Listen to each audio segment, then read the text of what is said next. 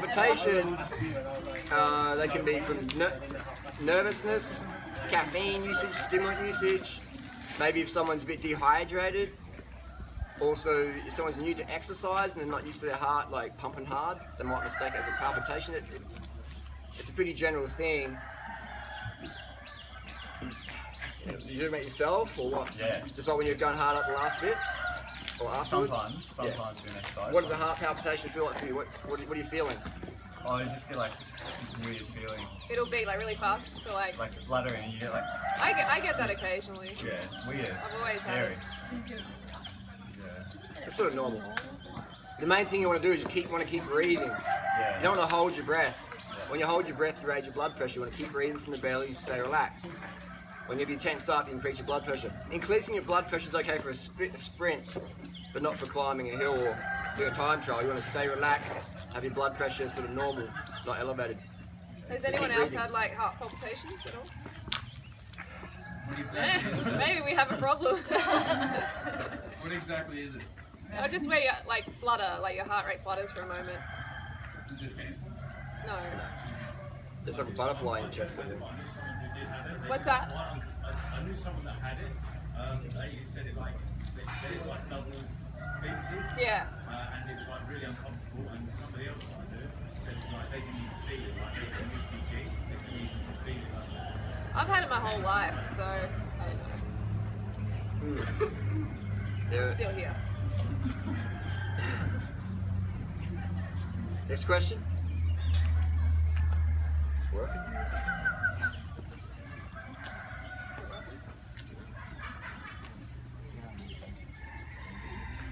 More questions? Hey, What books do you recommend?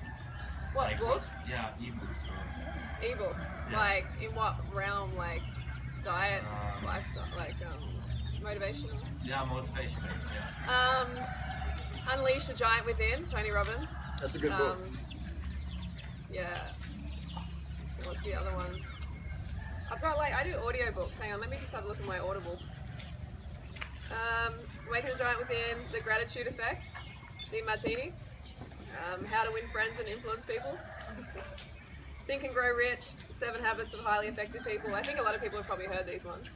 But, and not that I agree with everything that I listen to in this, but definitely a lot of nuggets of good information Yeah. Have and you, motivation. Harley? For me, Yeah. I'd say the same as what Freelee said in terms of like motivational books. For sure. We've read the same stuff. So Mike's not working. Oh, chicken's back. Little chicken's back. Oh, I'm gonna get that. That's the album. Don't hear it. Yeah. What's everybody else's favourite? Who's got a favourite book? What? What is it? No, what's it called? The Compound Effect by Darren Hardy. Darren Hardy. Do you like it too? It's phenomenal book. Ah, hang on, let me write down. The Compound Effect. Big Magic? Who's that by?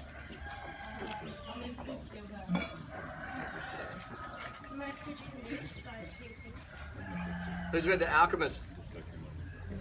Boy, one, yeah. Power Now. Yeah, I've read that one. It's a good one. Yeah. The monk who sold his Ferrari. What is it? The monk who sold his Ferrari. Ferrari? Yeah. You like that? Yeah, it's pretty good. Yeah.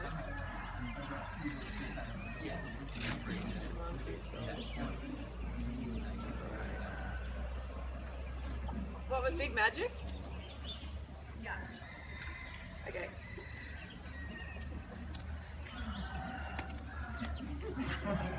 Chicken's onto it, isn't it? Onto it. What about any like religious or spiritual or philosophical readings or teachings that I feel like they are. interested in? I feel like they are in that realm. Yeah, Not religious though. I'm not religious so. I mean, it's a gradient. Yeah. I don't believe in the man in the sky.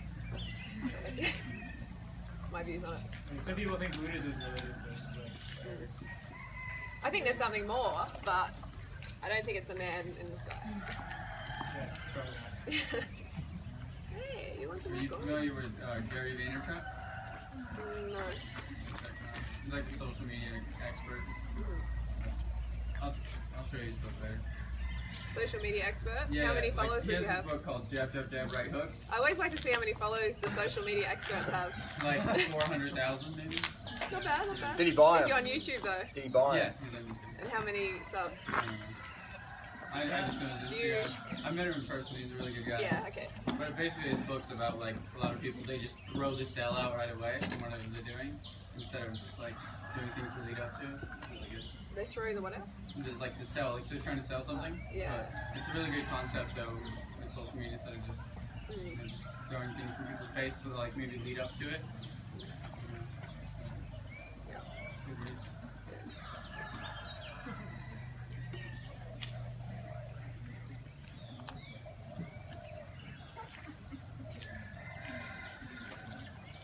Yo.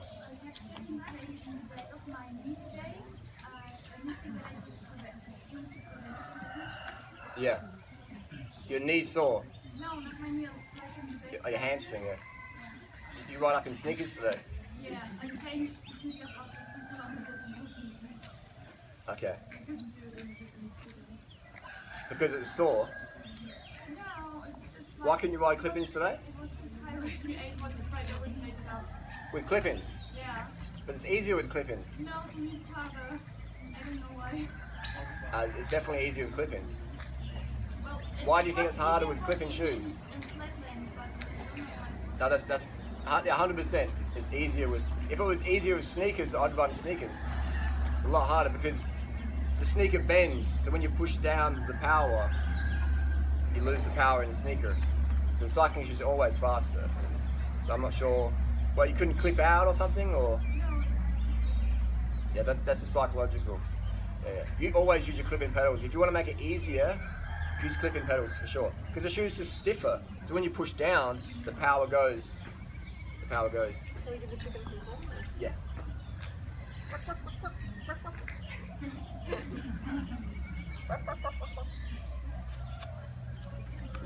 Triple choke. I had an hour's sleep last night. Got spammed with like, you're a steroid addict. You're a steroid user. Freelee said you've been on steroids for 5 years. I mean, people took it out of context. Really didn't say that, but it was insane. So I just wanted to clear the air because there's a few trolls out there saying all sorts of stuff. Yeah, I'm not saying Harley's a steroid addict or he's been on it for 5 years or anything like that. People do take it out of context. They were just trying like cause drama between us. The longest I've ever taken steroids, and I was transparent about it, was that November 2014 experiment where I documented everything. You know, going to the doctors, all that stuff. Yeah, but people just want to like, they want to find anything to Yeah. pull you down about. Have I used I mean, yeah. Have I used steroids since then with my dental surgery and crash, and even this year when I had that fight and my tooth was damaged? Definitely. But it's like we're talking small amounts. You can tell if someone's on the gear because the arms will be bigger than. Does my arm look like a soldier? It's not even that much bigger than Freelee's arm, and I'm a man. A little bit bigger. So I got an email from someone I know this morning. He's like, man, you got to get off the gas. I'm not on the fucking gas like that, man. Like, these people don't understand dosages. Even a girl was at the Q&A the other day. She put our Q&A up, and that's what those trolls were using. Oh, like what was it? Can't remember what her name was, but people just take it out of context. Yeah. If I was on steroids, I would be 90 kilos, swole as a motherfucker. And people be coming for me for weightlifting advice because I look like it. Because when you stay on, you just become so anabolic. Even if you are cycling a decent amount, the pro cyclists, the amount of steroids they use is very, very, very, very small. Because you gain too much weight too quick. And a cyclist doesn't want that. A cyclist wants a fast recovery. I don't need fast recovery. I'm riding up Doi Tep at 200 watts. I may be doing 320 watts on a good day. In the Tour de France, like Lance Armstrong was on steroids, but very, very, very small amounts. Because you gain too much weight too quick. And if you go back to November 2014, you'll see at the end of my little steroid experiment how my face is bigger and I'm bigger. And that's only after like 4 or 5 weeks. So those people who say I'm on steroids for the last 5 years or 4 years or a year, that's absolute rubbish. And the proof is I would be massive. Because even if steroids are designed to make people gain weight, even laying in bed. So I just wanted to clear that up. Have I used steroids for longer than 5 weeks at a time? Once, in 2014. Have I used steroids for that chest injury? Yes, and I was transparent about it. My issue is I am transparent with that, and people take it out of context. And that's why people lie about stuff, because it's easier to lie than explain what you just said. If that makes sense. And I think they expect it because you go after the steroid users. Yeah. Like they expect you to be transparent. One, I don't make an income based on my physique. I don't make an income based on my athletic performance. When I call out the fake natties who say, buy my program, I got swole just doing deadlifts or whatever, or intermittent fasting, that's what I call out. So I'm transparent about that. If I had a steroid problem, I would look like a steroid user. I don't look like a steroid user, I don't have a steroid problem. Can you increase recovery time from injuries? Yes, 100%. And that's why like all the basketball players, and even my jaw surgery, I had my jaw drilled out for corrective bite, and the dentist is like, he's going, mate, like, what? We did the x-ray before and after, he's like, what'd you do? You know, I said, oh, I just, whatever, I didn't say what I did. Was it my diet and lifestyle? Yeah, that helps a lot, but definitely, when you take a little bit of exogenous hormone, it increases the bone density. That's even with anorexics, sometimes get prescribed like nandrolone or oxymethylone because it builds the bone density. Just like girls who have got low bone density go to the doctor gives them estrogen or something like that. So I took a male hormone for bone density in my surgery, and people make me out as some like fake natty rich piano guy.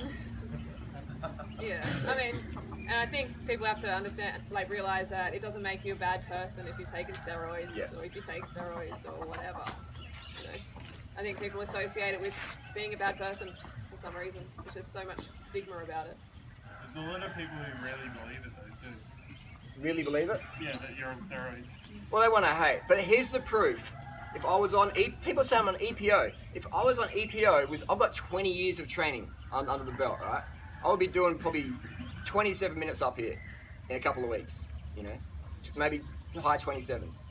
And my power would be like, 360 watts or whatever. With just, maybe a month's training. My best time this year has been 32:46. Will I go faster than that tomorrow? Definitely. But my times aren't unbelievable based on 20 years of riding. And some people just want to hate, you know what I mean? And like, you can say all you want and they'll still try and hate on you, so you just can't please them. You've got to remember that as well. Yeah. Why did you have to use the steroids for the jaw? It's faster recovery. It's 100%. Like, if I broke my leg tomorrow, I would take steroids, no doubt. Because you get a faster recovery. That's what all the professional athletes use them. Because if you get an injury, you get a faster recovery. Just like if someone... Why there are some players, like, they break a bone and then, like... They're on growth hormone, on everything. In the next national... Boom. Boom. Pharmacology lets the human body do things beyond what is, normal. So I'm definitely all for, if you have an accident or something like that, I'm not for using steroids to go to the gym and look swole, and then selling an ebook to someone and saying, hey, I'm all natty. And your 14-year-old fans believe you, and then they don't believe me. How much did you take them from the jaw? I took 250 milligram every fortnight, so 2 shots in a month, which is a laughable amount. You don't need to take much at all. The thing, if you take too much, you shut down your normal, natural testosterone levels. I don't want to do that. I don't want to shut down my natural testosterone levels. So that's why I didn't take much, and I didn't take it for long. If you take it longer than 4 or 5 weeks, you shut down your normal testosterone levels. So that's why I don't recommend doing steroids. But if you do them like from medical supervision and therapeutic dosages only. Just like painkillers. Some people take painkillers just to go to work or something like that because they've got a little bit of a headache. I take an aspirin because they've got a headache. Like, I don't rate that. But if you've got extreme pain from an accident, watch the camera, then take some painkillers. Extra effect. What do you think about HGH? What do you think about HGH? Very, very, very, very, very common. You probably dated some guys on HGH back in the day. How many steroid users do you date? They're usually like in older men that are using it. My dad took it and it really helped his shoulder. Yeah, I've seen some pretty amazing transformations with older men at the gym doing HGH. Pretty amazing. You said the other day you dated Mr. Australia or something like that, and a few steroid guys. Yeah. How were any of them my size? No, they weren't Yeah. your size. So obviously if different. If you're on steroids, if you have a steroid problem, Yeah, I'm sorry if I gave anyone that impression yesterday or the day before that Harley's the same as like, you know, the standard like gym guy who's doing it for aesthetic reasons or anything like that. That's not what I meant to, you know, imply. So definitely not. soldier. Haters gonna hate. But me, if don't you see worry me, if about you it. see me one day on YouTube looking like Keno body, then you know why.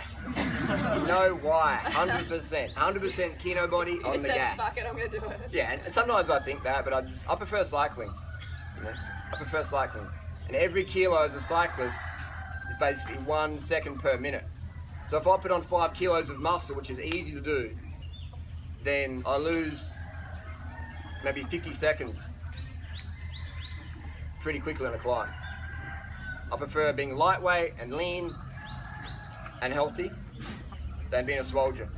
Because that's the trap. Once your identity becomes about your muscle gains, then that's when steroids become addictive.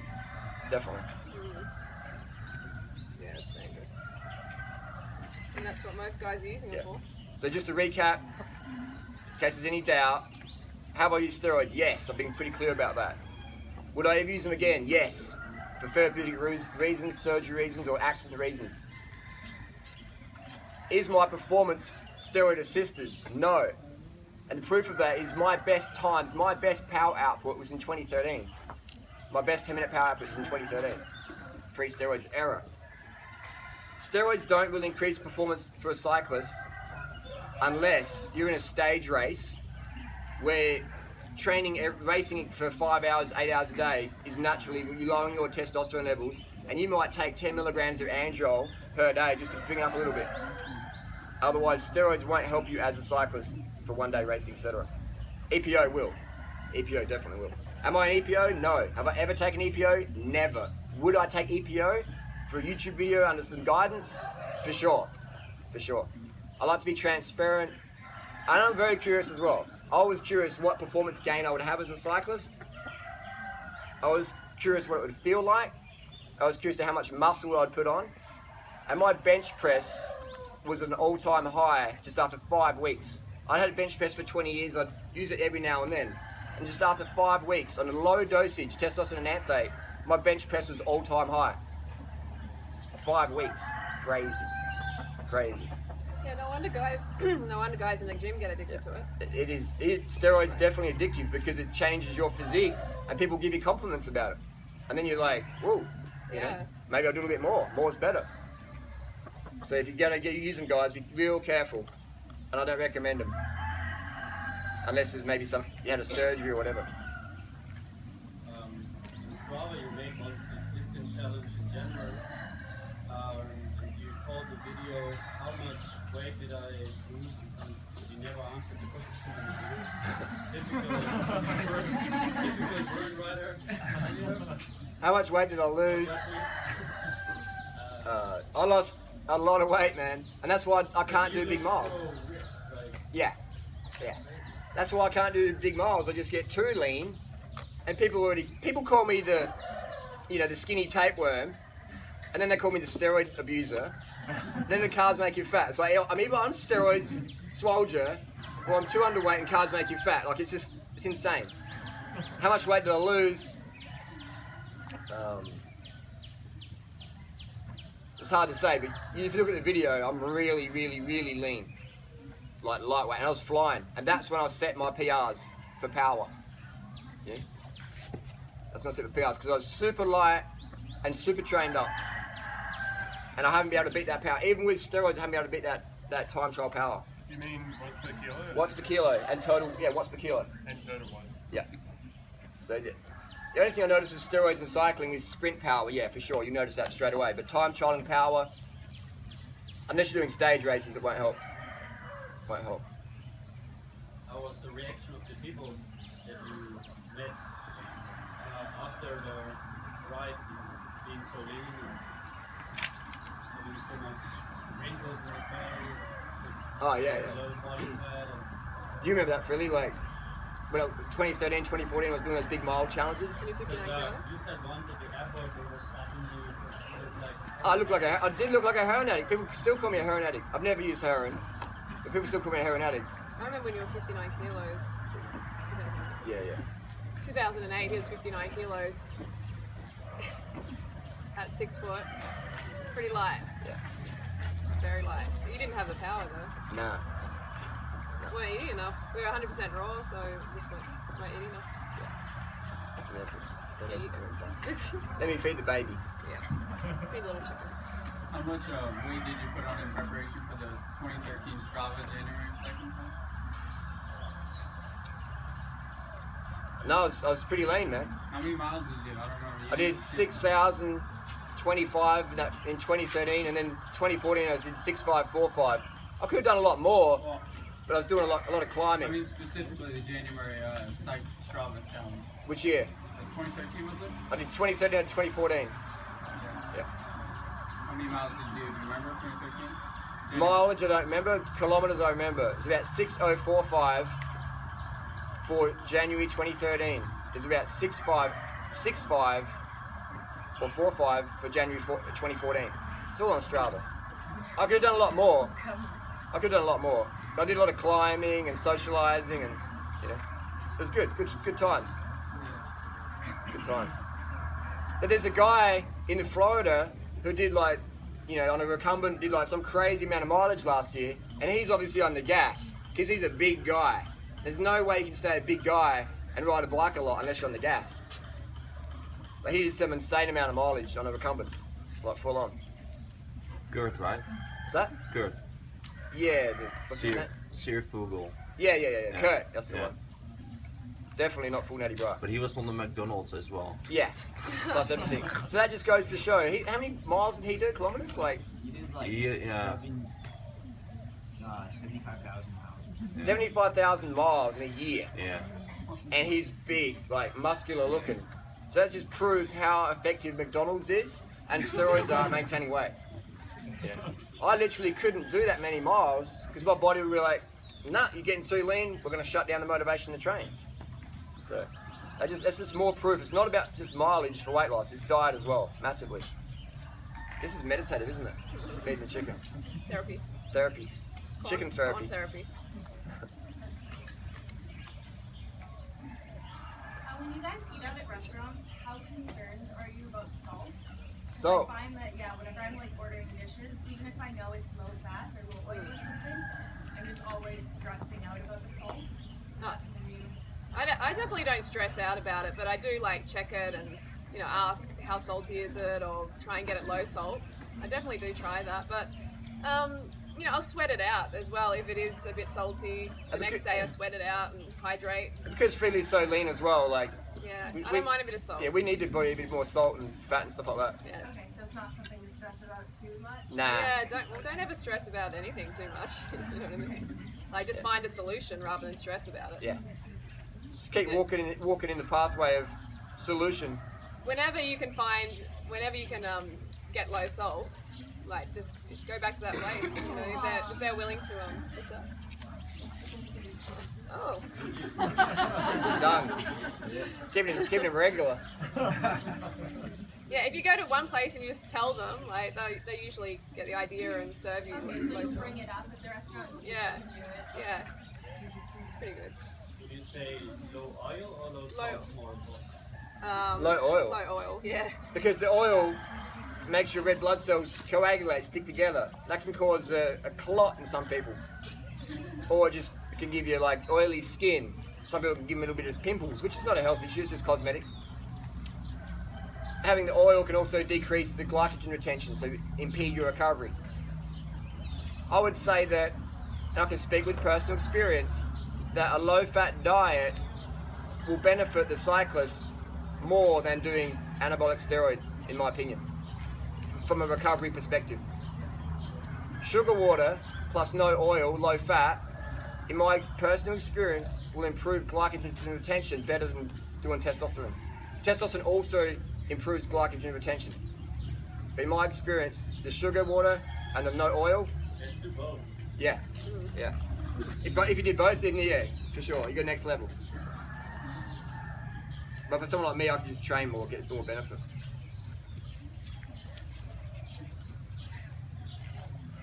You're really better off doing it naturally anyway. If you want to do it, if you want to be a professional, big time, big game, then yeah, you got to get on the gear. But for the average weekend warrior, you're better off full natty bra. For sure. You say like with the oil, the blood clots. Yes. Is that also why people who are having troubles with their heart have a bigger risk of like having a stroke? Because those people with the heart issues have thicker blood, like it's coagulating from their excess fat intake, and because they've got the heart issues primarily from excess dietary fat and cholesterol. So by them having more fat, it's just boom, and they're not doing exercise. When you do exercise, cycling, etc., your body produces enzymes that reduce clotting factor 5, etc. So your blood becomes thinner. And that's how the aspirins and the warfarin and the anticoagulant drugs work, is they thin the blood. All we need to do to thin the blood is wake up, drink a quart of water, or drink some water before you go to bed, and you'll have thinner blood, you'll have better blood. Yeah. And that's Freelee drinks a lot of water before you go to bed, you know, just sits there and just chugs it back. That's a great tip. Oh, I might get up and go to the toilet later on, who cares? You're hydrated better. So sporting works as a blood like thinner. Yeah. That's why if you eat a fatty meal and you feel a bit sludgy, you go for a bike ride, you know what I mean? You sort of spin it through your blood. Yeah. Versus just sit down and like, ugh. Because what happens is the blood moves it all through. The lymphatic system pumps the blood through. What are my thoughts on energy gels? I think they're great. Be aware some contain caffeine. So if you're caffeine sensitive, what happened? Taxi. It's alright, ants will love it. If you're caffeine sensitive, be aware that some of them have caffeine in them. So just read the ingredients list.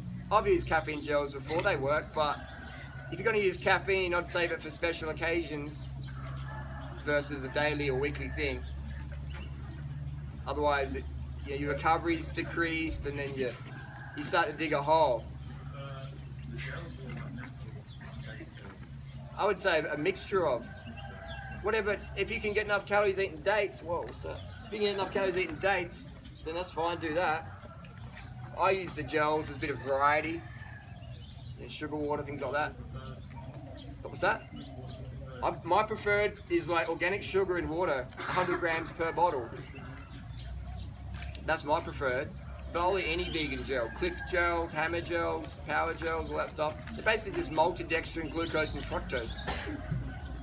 But dates are really good because dates have no wrapper, so they're more more ecological, and they never really go off. They never really go off.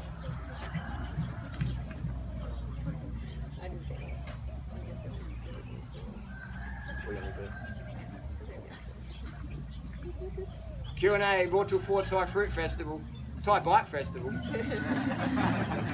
it's big. Last day. Yeah, maybe everyone can. Oh. Snapchat.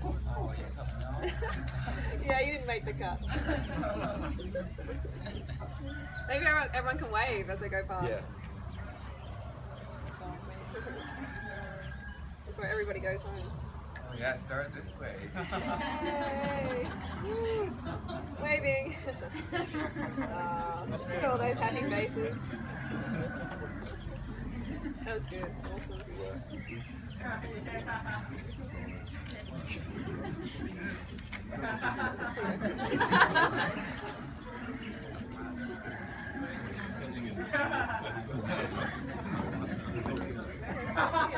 Save it for us. Yeah. Oh, you gotta tell us now. What's so funny? We want to laugh too. What's that? You always laugh at random stuff.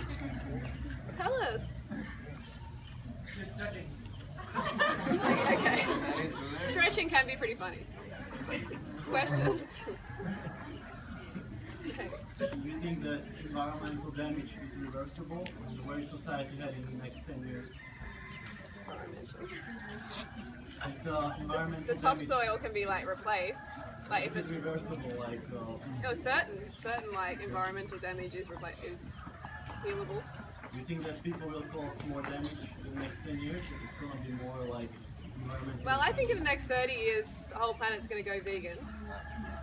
Within 30 years. If everyone does YouTube videos. I mean, just imagine. I mean, like in the last decade, like since YouTube, like veganism has gone crazy already. So imagine another 20 years. It's just going to be, or 30 years.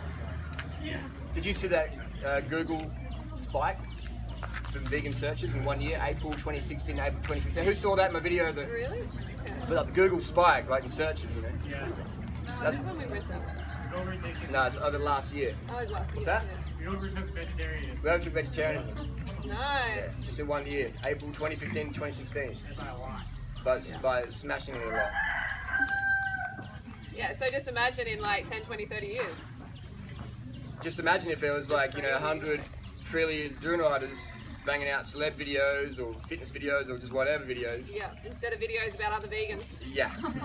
Like, yeah, they're really effective. Durianriders on steroids. Oh, it's a good distraction, and you know, it's funny. I mean, I've watched a few and I've laughed myself. Yeah. Like, this is kind of crazy, but it's not helping. It's really not helping the movement grow a lot bigger.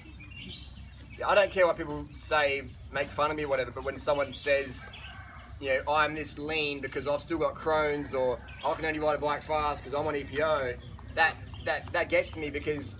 There's always going to be those people. Yeah. I put my life out there on the internet and... You can't control what they're going to think or say. They're just like... Yeah. I want people to have trust in what I'm saying. Maybe it's a compliment. Yeah, it's It a is a compliment that compliment. they're focusing on you and keeping you relevant in people's minds. And I see that, but I've even had a few people come up to me and say, Harley, like, do you have like a steroid addiction? Like, and I'm like, what? And these are people I know pretty well. So that's why I'm always trying to clear the air.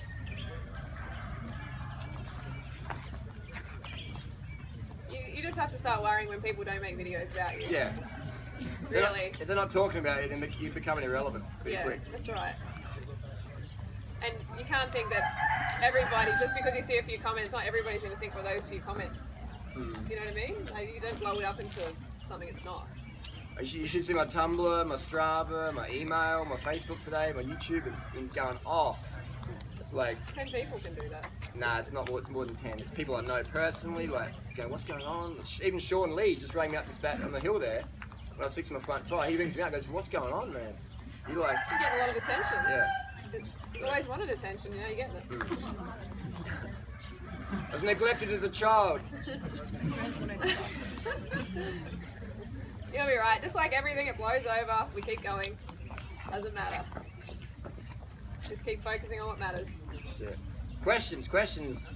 Last day officially. But has everyone had a good time? Yeah. Yay. You know what time caveman opened? Money back. That was the best comment.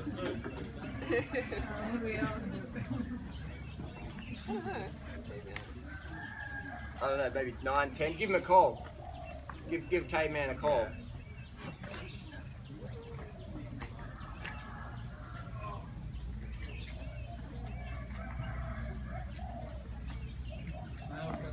Question.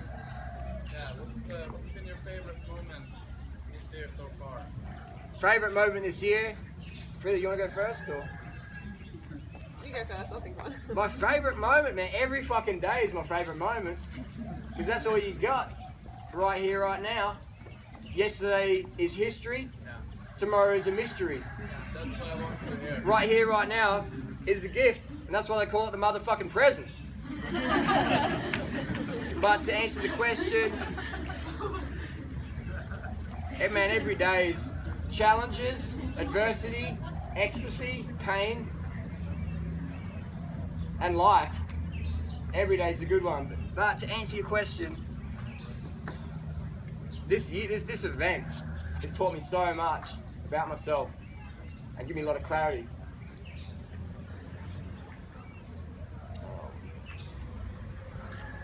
A lot of good things this year. A lot of good things. A lot of good things to come as well. Yeah, I've had a lot of good times as well. One in particular, a girl in the first couple of days I think we were here, came up to me and said, You turned me vegan. You helped turn me vegan. Now my brother's vegan, and now my parents are also vegan, so my whole family's vegan. That was like really satisfying. It was amazing. So that was definitely a highlight. Veganized. Yeah, that was very cool. Freely's vegan calculator points went up that day. Not like, it's not an ego thing, it's just like, oh my god, how many animals are they saving? And now they're going to talk to their friends, and it's really... It's like what's a cumulative effect, like a carry-on effect. Yeah, it's snowball. Viral effect, ripple effect. Yeah. Snowball effect. Makes me Avalanche crazy. effect. It's pretty rad. Hey. Do you suggest using a vegan condom when you have a vasectomy? The what? Using a vegan condom after getting a vasectomy. Why would you not use one? Would you still use one? After getting. Well, you have to think about, you can spread stuff around. Yeah. Or you can pick something up, or, you know what I mean? But So you have to use a condom still. What's up? Which one do you use? Vasectomy is a contraceptive method, for sure. No, I'm saying like vegan brand. Oh, vegan brand. I thought you said do not wear a condom. Like you get a vasectomy, then you can just go and like, you know what I mean? Like, yeah, I won't have to explain that one. Depends what country you live in. But some people might say, I'm not going to use a condom because it's not vegan. No, if you're going to use a condom, use it. Yeah, you don't want to have, yeah. That's like saying, you're drowning in the water, someone throws you a life jacket, and it's got like a leather trim on it. And you grab the jacket on and you go, oh shit, it's got leather trim, sorry mate. Like, do the best you can in the moment. Vegan condoms, depending on what country you're in. Depends what country you're in. Just Google it. It's pretty easy. There's like brands. I remember one time I had a friend, he was with a character, remember Luke, the coconut guy? Yeah. One time he was climbing coconut trees, he fell out of the tree, shattered his ankle, like just shattered it, the bones. He had to get airlifted to the hospital, and they're like, we need to give you surgery right now because he's all, it's fractured up. And he's like, I don't believe in surgery in the medical model. And they're like, we're gonna have to cut your leg off then. And he's like, oh, okay then. And he, like, they're sitting in emergency surgery. They have to operate now, and he's going, I don't know, like, I'm not sure about the anaesthetic. Is it healthy? Or like, there's a point where purity can fucking fuck you up. So go with logic versus purity. So Vegan Gangs has made like a couple videos about why he thinks that feminists are like stupid or say a lot of stupid things. I think he hates women. I just get that feeling from him. Yeah. Well, anyway, I just wanted to like ask what your view on that is. Like, do you think, like because he said that every person is just basically a feminist and you shouldn't like make a big deal out of it? What do you think about that? I think Richards is a pretty confused young boy and needs to get off the drugs. That's all I'm gonna say. Really? I think he hits some points sometimes, but then he tries to dive deeper than he really understands when it comes to the whole feminist thing and women, and I just get this real woman-hating vibe off him, especially when he wanted to like smash Blogilates in the face. And, I don't know, he just, some of the things I'm like, there's no need to go that far, and then to pull the moral card on other people. It's like, yeah, I don't really want to talk about him that much.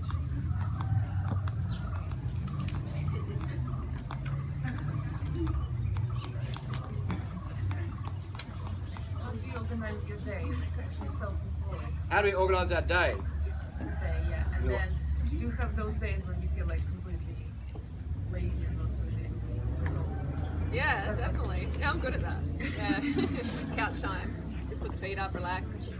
Yeah. I like to get some fitness in every day. Definitely.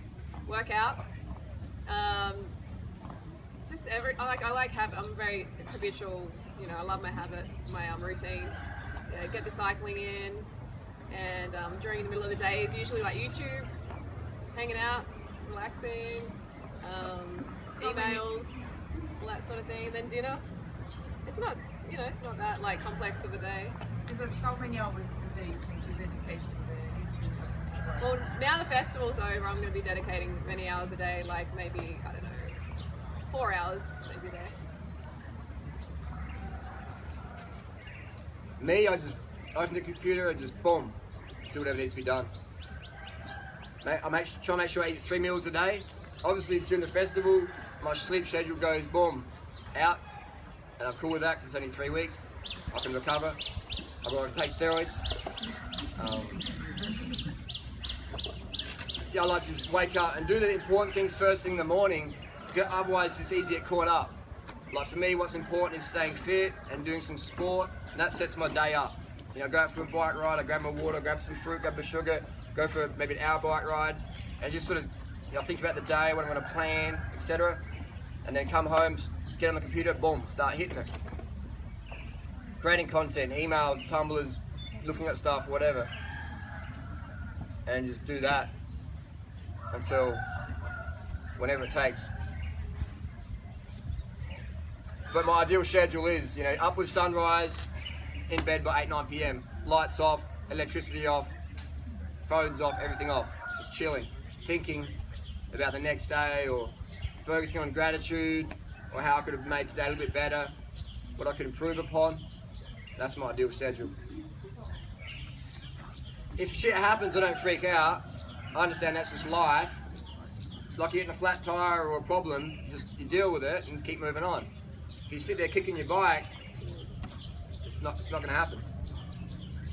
Yeah, it's easy like to create stuff in your head that isn't real. Yeah. You know what I mean? Especially if you haven't had enough sleep and stuff like that, things can become crazy. Yeah, like and they're not even real. Crazy. I would say most of us make things in our head bigger than they really are. And a lot of bad things happen to us in our life, and some of them actually will happen. Hear that? A lot of bad things will happen in our life, and some of them may actually happen. Meaning, we make in our head, oh my God, this could happen to me. This will happen to me. Versus actually really, it's probably not going to happen to you. It's how you react to the situation. Yeah. So it's good to be present and have an attitude of gratitude. And whenever shit's happening in my life, I kick back, I turn off the lights, and I think of that person somewhere in the world today who got hit by the machete militia, lost their legs, lost their daughter, lost their mother, lost someone close to them. They were just in the field picking corn. Someone comes through, chops them up because they have a different religious perspective, and then they're laying there waiting for the Red Cross that may or may not come, forever remain for life, they're just believing in whatever and picking corn. So whenever I think, oh my God, this is crazy, people are conspiring against me or whatever, I mean, I prefer that doesn't happen, but when it does happen, it doesn't, you know. You gotta put it into perspective. Perspective's powerful. Yeah. Your perception or your procedure. Probably the two most important things you could focus on. So my perception, okay, shit's happening to me, that's my perception, but what's happening to someone else in the world today? And is it worse than my situation? Okay, it is. Do I really have a right to feel too self-pity or too sad for too long? Not really. Well, isn't it more than half the world lives on less than $2 $2 a day. Like, yeah. They've already got it harder. Yeah, I'm sitting there with my iPhone So 6, we've got cameras here, we've got YouTube, we've got money rolling in, people stopping the street, how's it going, love your stuff. Yeah. It's hard to be down for too long. If you are being down for too long, you're not paying attention to what's going on right now. I mean, That's money life. doesn't equal happiness. Money does not fucking equal happiness. Someone said money equals love, so no, money equals sex in that situation. Money doesn't equal love. It can help you be comfortable, definitely. Yeah. That's about it.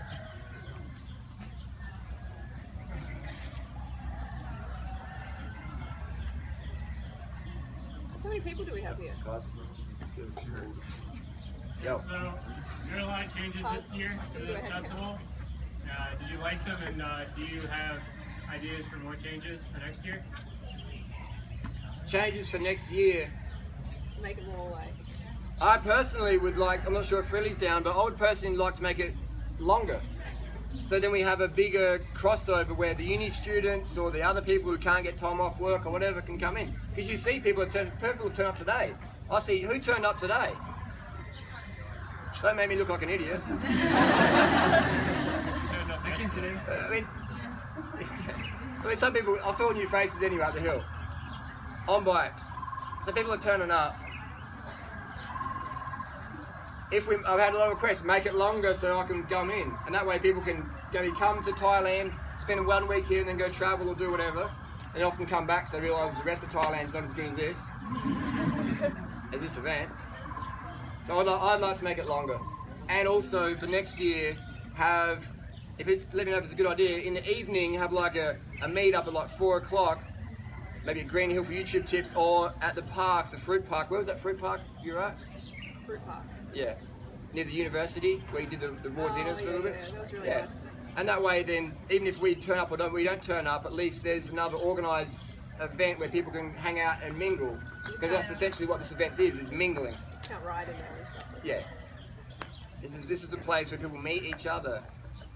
We can discuss all that. Yeah. I was just thinking about that. But who thinks it should be longer so more people can turn up? There we go. It's going to be longer next year though. I'm going to have to work harder next year. I'm going to have to take more steroids next year. Get some sleep. Get some sleep. I'll be in the modafinil next year. I'll be on everything. I'll be like, give me a bike, let me fix it. I mean, it basically continues on after today anyway. Like a lot of people are staying around, so. It's like Sean Lee from 1 Minute a Day. He says the festival never fucking ends. He goes, Harley, the festival is 2 months later. There's still people going up Chiang Mai. So for the last 2 years, people were still coming up to Oyster Tep, sorry. How many people are going to be here for the next couple of days? Alright. Who's here for the next week? In Thailand? Next month? Yeah. Next month? Oh, that's a lot. There you go. Yeah. Festival continues. Who doesn't want to go home, really? Oh, that's so sweet. That's good. Yeah, 170. 170 people here today. 170? Roughly. Wow. Good job. It's pretty amazing. Maybe you should do a turnaround with your camera. Minimal pro. So 1 minute in? Yeah, Sean changes it by Sean Lee, Minimal Pro. I just call him Sean 1 minute a day because that's when I first met him. He's a good guy. He called me up just before on FaceTime. I was like, who's calling me? No one's got my number. Yeah. It's Sean. Very good guy.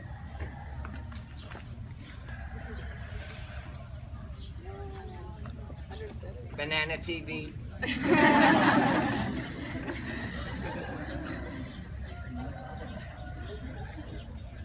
Awesome. Paul. What's the most valuable lesson you've learned from the last year? The most valuable lesson I've learned in the last year. Freelee?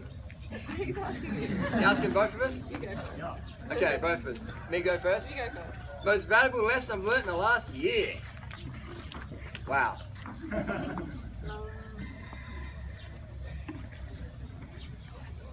What you think isn't always what is.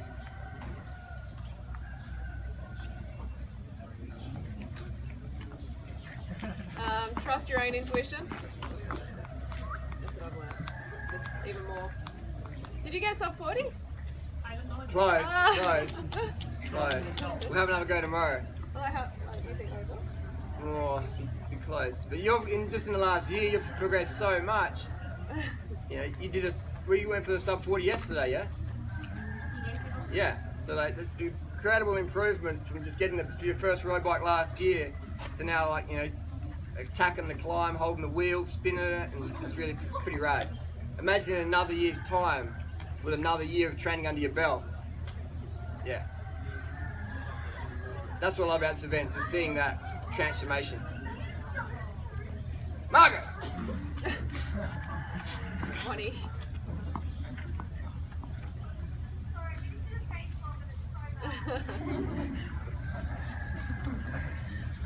Questions, just bang them out. Bang them out. Goals. Future goals? Future goals. Increase YouTube, increase community, increase the fun, increase the adventure, increase the passion, increase the purpose, increase the impact. Definitely more YouTube collabs, 20 million views on YouTube a month. be able to maintain that consistently, that would be really good. 1 million subscribers by the end of the year.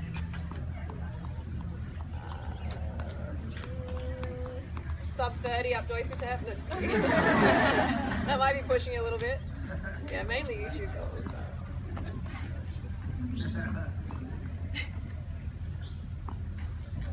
Julia. I have a question for Freelee. Hi, Because for the moment. So this is quite a good awkward question, but what Is it drama related or is it No, books related. What do you think of not wearing bras? Boobs related, okay. Not wearing bras. Because so many people It's in the good. vegan community are not wearing bras. You just got to do what you feel like is Personal comfortable. preference. Yeah, it's totally up to the individual.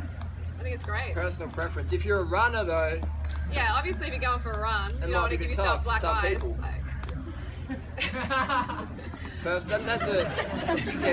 a girl on YouTube did a video the other day. Someone A girl on YouTube did a video the other day. Why don't wear a bra? It's had like 4 million views or something crazy. Just stand there, just talking. Boom. oh yeah, I saw that came into my feed too. Yeah. I'm like, who is this? Sex sells. That wasn't even really a sexy thumbnail. It's just yeah, Content. content. Personal preference. Do you feel better now? Now I do wear a bra. It was terrible going up the mountain, but I meant like after your sickness. what do you? Like, you know how you took antibiotics and everything? You remember that? Yes. Do you Now feel... I'm doing pretty well. Like Okay. I'm eating everything, fruit and everything. I try to eat Rawtill4 and fruit.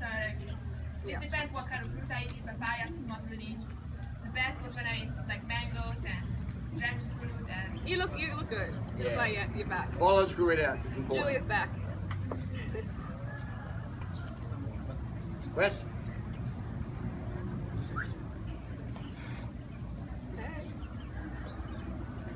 Do you have a point where you think, do you like, is there a point for you like you stop believing in science?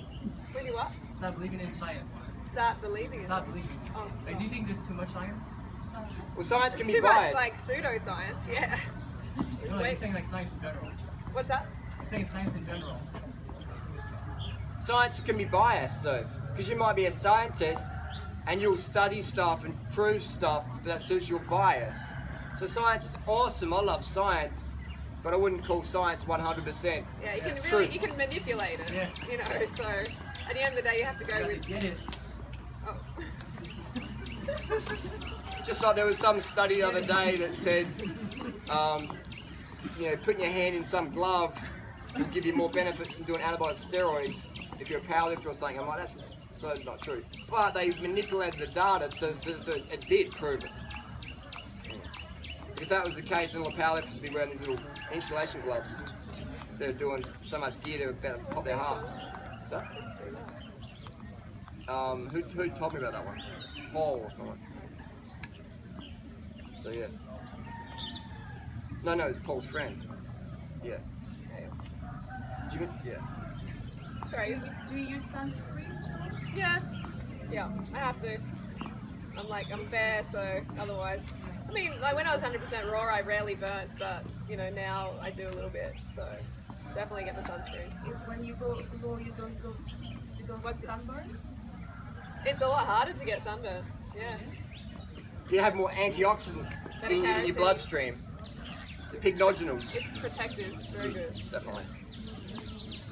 Yeah, it makes you so tan, 100%. Relative to otherwise, yeah. Yeah, it's crazy. Relative to otherwise. Like, me or Freelee could never get Nicole's skin quality. Yeah, we wish. 'Cause, yeah, no matter how much raw we ate. It was genetic gifts, yeah. But yeah, definitely it helps. And what about toothpaste? Do you use, Toothpaste. Do you use for brushing? Yeah, I usually use like tooth powder, like soap I think it's called, you know, the powder one. Right. Yeah. It's got, what's it got in it? Bicarb. Yeah, and stuff like bicarb. You gotta be a bit careful if you use bicarb every day on your teeth. Be abrasive. It can strip the enamel. So maybe coconut oil sometimes? Like pulling? Yeah. Yeah, it's pretty good. Yeah, I've had like good results with that. At first I thought, I don't know about this oil pulling thing, but it's actually not bad. It's given me some good results. You still rub banana on your teeth? No. To whiten them? Yeah. No. I mean, it's only a temporary thing. It's not gonna like last long term. And it's more about like just the air getting to your teeth when you hold your mouth open. That can temporarily make them look wider. Yeah. What do you think of Swift cycling program? The Swift, what I think of the Swift cycling program is like an indoor thing. I think it's great if you lived in Europe or the harsher climates where it's cold out, wet out, rainy out, snowy out. I think it's awesome for that. I don't really use it because I prefer to ride a bike outdoors, but if I was, you know, in Scandinavias or Europe or certain places, I'll become a Zwifter. So I think it's great. I just don't use it because I prefer outdoors, because I can have it outdoors. I think it's a great thing, and it's building the community. It's really cool. What do you think about using baking soda for cleaning your teeth? The baking soda for cleaning teeth, again, it can be abrasive, so be careful with it. It can whiten them, definitely. Takes because like it can even take rust off metal. Yeah. It's pretty gross, like abrasive stuff. Yeah. I definitely wouldn't do it every day. Just alternate, maybe do it twice a week. Yeah. I've used it a few times in the past. I wish it wasn't what you guys thought. I had a few stains in my teeth and I got it off. Whiten them up a bit. Yeah. Julia. Really, what do you think of washing hair with baking soda and apple cider vinegar? What do you use for your hair? Because I used to use it in the past, and some people said it destroyed the scalp pH or something like that. Yeah, what does it do? That baking soda and apple cider vinegar destroys the pH of the scalp. I'm not sure. I wouldn't be surprised. It's pretty like strong stuff. I'm not sure. I don't have experience with it, but I just usually use like a vegan shampoo and conditioner. Like just condition it on the ends a little bit. Otherwise, if I put it through my hair, it's very fine hair. It would just weigh it down. And there's like this no poo movement where people aren't using shampoo or conditioner at all. And that's fine, I think, but I don't know, I feel like we're in the fumes and everything like that, and it's like in the past where I've gone to a nightclub and it's been smoky, you know, like before I came to this lifestyle, and my hair just stunk. You know, I'd sleep on my hair and it'd be like, oh, it's horrible. And the same kind of thing can happen with, you know, the fumes in the air, so that's something to consider. Like if you're in a nice environment, that's a good idea, but otherwise you're picking up a lot of stuff in your hair and carrying it around. What do you do with your hair? Well, there isn't much there. Because I'm vegan and I don't want to kill the head lice in my scalp, I don't use nothing. Just full natty bra water. I just use water, maybe if there's some steel bit of Freelee shampoo or something sitting there or whatever, if I smell like a rat. You need it sometimes. If I smell like figsy. Yeah. Yes. There's what? Hormones in the water. Yeah, that's correct. You're totally true, because we're all on it. So many women on the contraceptive pill, and then you recycle the water. It's crazy, isn't it? It's amazing. Because those hormones are, where do they go? Just get recycled in the food system. What do you use for contraceptive? Oh no, you don't have. Vasectomy. What's that? I have another question. Last 8-9 years has been vasectomy for us. Yeah. Do the politicians in Australia speak about animal rights at all? Some, but not really, because the biggest export in Australia is the beef industry. So if you speak out against that, you instantly cut your friends, your financial friends, etc. So no. I think they've just passed some law against animal testing for cosmetics in Australia. Yeah. Only for new ones, though. Only for new ones. Yeah. That's pretty rad. That's pretty good. Yeah. That's a sign. Are you guys gonna vote? Every dollar you spend is a fucking vote for what you believe That's in. the biggest vote. That's the biggest thing. I mean, do we vote every day? When I buy a piece of corn instead of a piece of meat, when everyone here buys a smoothie instead of the dairy shake, we motherfucking vote with our dollar. So vote every day, every purchase. At the election? I haven't voted for years. And if I do, I just like scribble it and chuck it in to avoid some fine or whatever. But how do you get out of the fine if you don't? They just don't find me anymore. I'm paranoid schizophrenic. I voted for God. I haven't voted for Wait. Seriously, you get away with a lot with that stuff. The schizo card. Yeah, every dollar we spend is a vote for what we believe in. Every label on our shirt is a vote for what we stand for. every video we upload. Oh no, I hope it doesn't use food. Oh. You know, bro, every chance you can. Every chance you can. Paul? You guys were talking about washing your hair with water. I was wondering if you ever get like scalp or dandruff and stuff like that, and you do hardly deal with it. Flaky scalp, I dandruff. don't ever get that, but I get it occasionally if you're dry. You could maybe put a bit of moisturiser on your scalp. maybe give it like a coconut oil treatment. Yeah, we just leave it in for a couple of hours and then wash it out and see how that goes.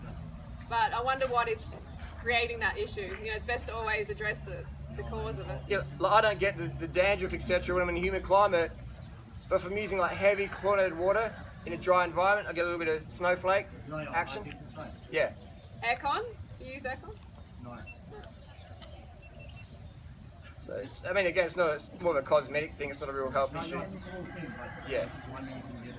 Yeah, a lot of people do get it. But when I hang out with horses or whatever, if I go to pat a horse, I notice most horses have got like a bit of a dry scalp. So is it just a thing that doesn't really matter and the hair industry's made it a thing to sell products? I don't know. Yeah. Maybe one of the chickens got a bit of dandruff. How about a little chip? Who knows? Questions? What made you go vegan? What made me go vegan? Health, ethics, performance. What keeps me vegan? Ethics, health, performance. Who affected you to go vegan?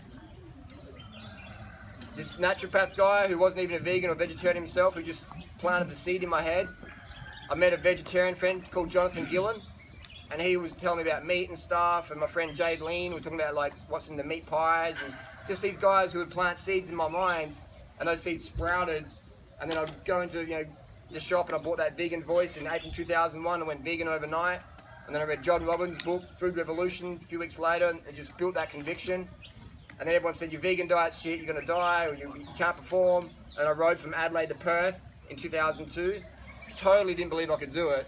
Doubted myself every day. Woke up in the morning just like exhausted, going, have I bitten off more than I can chew? But the days you remember most in life are the days where you bite off more than you can chew, and you keep fucking chewing, and you get it done. And so I got it done, and every time I wanted to quit, or give up, or get a flag down a bus or whatever, I thought of all the people who said you can't do it, and I thought this is like a vegan mission for me, and I'm gonna do it, and I did it. My yoga teacher was really healthy, really lean, and I was always like, why is this woman so like vibrant and everything? And I wasn't at the time. I was just like overweight, acne, depressed, all that good stuff. And so I just questioned her, and she's like, I'm vegan. You know, you should try you should get a juicer. So I got a juicer, came with like a raw food recipe book. It had raw meat in the book. It had all these like raw vegan recipes as well. And I tried raw vegan for a couple of weeks. At that point, it was like 2001, I think, 2000 or 2001. Yeah, and that's when the first like seed was planted. So I went vegan for like health and weight loss reasons. Not at all ethics. I come from like a farm where we used to kill our own animals, our animals, you know. And Dad used to make me watch him kill chickens and stuff and all of that. So it was very like, and I used to hate it, by the way. But it was just normal. It was like what we did, and everybody ate meat around me, so I didn't question it at all. So yeah, when I found veganism, it was like, it had nothing to do with ethics, but then I watched Earthlings, and like that night I was like, I just changed. I'm like, holy shit, what have I been supporting this whole time? This is crazy. You know, and made the connection. Yeah, made the connection then, and the rest is history. That's it. Yeah. And that's what society's all about. It's the status quo, worshipping of God of public opinion, teaching people how to be really good at shit that's really pointless. And you got these like designers who design this art or fashion that's totally fucking meaningless, and it creates this like billion-dollar industry where people spend their time working jobs they hate to buy shit they don't even fucking need. to impress people they don't like, and to support these industries that are really good at shit that's really dumb. Louis Vuitton, Prada, Fendi, all this meaningless shit. Bugatti, Ferrari, Lamborghini. Remember when we saw Arnie in LA in his Bugatti? Yeah, Arnold Schwarzenegger, Flying past Bugatti, with some young chick. big cigar, steroid head, boom, just hitting it. And people idolize that shit. He had a massive head. Hollywood. Just teaching the world how to fuck up their own lives and chase something that's impossible to attain. And when you chase what's impossible to attain, you're always going to have misery. When you try and expect someone to be something that they're not, you're always going to have pain. When you try and be something that you're not to get approval, then it's not going to work out in the end. But the whole system is about getting people fighting each other or disempowered, setting these impossible standards. You don't look like this, so you're shit. This person looks like that, so they're awesome. And then throw the money in and the status and... Yeah, the standards are so ridiculously high, like for women in particular, you know, you got to look like this and this and this and this, that no one can attain it, you know, less than 1% of the population. So then all the other girls are like, oh, I better buy this product. You know, it'll make me feel better, but it's just so disgusting. But once you understand that lie that the system puts out there, you can just watch it as a game. You go, oh, that's the game, and I used to play that game, and yeah, well, I played it for a long time, and I wasted a lot of time playing that game. But when you can see it's just a game, you can sort of laugh at it. And then your reality is this: it's carving up, it's getting it done, it's not worrying about the gold watch or the Ferrari, all that shit doesn't really fucking matter. And you focus more on community and being a legit person, and just being a good person, not getting caught up in that lifestyle. It's just, end of the day, it will just drop you off the deep end. How many celebrities have a full-on drug, cocaine habit? You know, most of them aren't happy. They're prescription medicated, addicted. They're just fighting with each other, or they're like, the Ferrari got scratched by the valet driver, and then they're going to sue them, and it's just...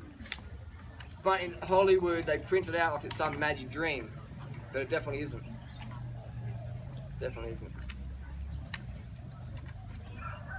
There's that story of the man, the big successful tycoon, on a holiday. He's on his mobile phone, he's just doing all his business meetings, he's on some tropical beach, and he's walking along doing business, and he sees some guy sitting under a coconut tree. And he's like, what are you doing, mate? And he's like, I'm just enjoying life.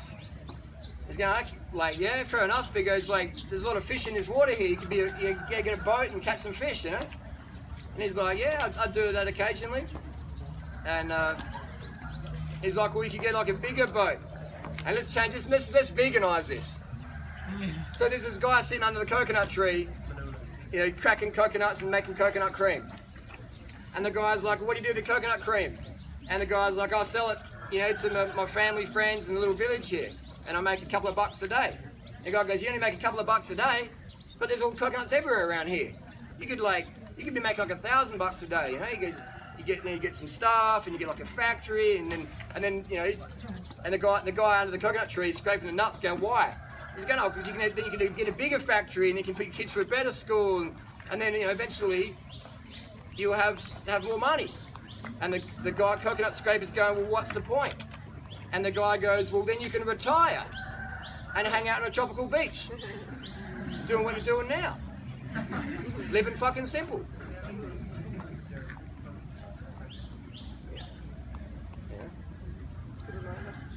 It's a good reminder that, I'd never have to work a day in my life. I've got enough money to live in Thailand forever. I could retire here, no worries. But I would feel pretty fucking empty, because that goal's ticked off, and then it's like, well, what next?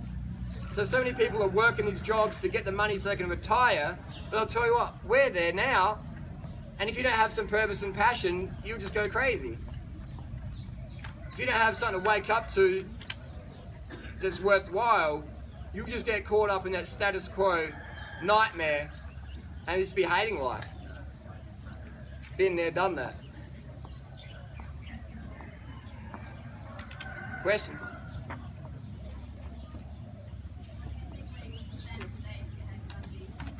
What's that? What would I do today if I hadn't gone vegan? I would literally be probably morbidly obese. I would still love cycling, but I'd be too obese to actually ride a bike up a hill. Because I love to eat, man. I love to eat big volume foods. So I'd still be eating all that stuff I used to eat, and I'd be morbidly obese. Because I would have gotten my injury, and then you can't train. And if you're eating the obesity food, boom, boom, boom, boom, boom, you blow out. So I'd be massively obese. I'd probably be like 120, 130 kilos. Because I love to eat. Yeah, I think I'd be overweight working in an office as a receptionist. I think that's what I'd be doing. Yeah. Just like hating life. I wouldn't even be a personal trainer because I went vegan first. So, well, actually, no. It was around the same time. Yeah, I'd definitely just be like in an office work job. People call this a cult or whatever, and it is. It definitely is. It's a good cult. I'd rather be part of the solution versus part of the problem. I mean, it's not, are you in a cult? It's like, which cult are you going to be part of? The cult of like, work till you're 50, 60, get cancer, do chemo, check off the planet. Yeah, have kids, pay someone else to raise them, work a job where you see your spouse maybe a couple hours a night. There's tension, so you drink alcohol to suppress it. You never really get to talk about it because neither of you has enough carbohydrate to really engage each other and sit down and have a meaningful conversation. So, medication. Yeah, or medication. People feel closer to people on the movie screen than their own partner. That's a cult as well. So it's not what cult, it's not if you're going to be in a cult, it's what cult you're going to be part of. Simple as that. Like whenever someone says, oh, you're in a cult, you're a vegan, like you're that Rawtill4, you're a Freelee banana girl, Durianrider, you're in a cult. You say, well, I'm in a cult, what the fuck cult you in, bro? Obviously ain't working for you. I had the best fucking time of my life in Thailand. Who's going to go home, change person for the better? Even if just 0.5%. Yeah, me too. You can't come to an event like this and organise your hotel, organise your dinner and talk to strangers and go ride your bike up a hill and fix a flat tyre and break your collarbone and have to walk into hospital in the back of a sung towel and get a nickname called Pumpkin Seed. You can't do that without getting some inner game action gains happening there. And that's what it's about. It's just getting that rough diamond and just polishing it every day with a bit of lifestyle, a bit of friction in life, and that's how diamonds are created. You get this chunk of rock where everyone's like, that's just a chunk of rock. But if you apply some friction in your life, some adversity, some challenges, just bit by bit, you'll polish up pretty fucking nice. And the longer you polish yourself, the more other people start to notice that and then come to you. Hey, you got any polishing tips? Definitely.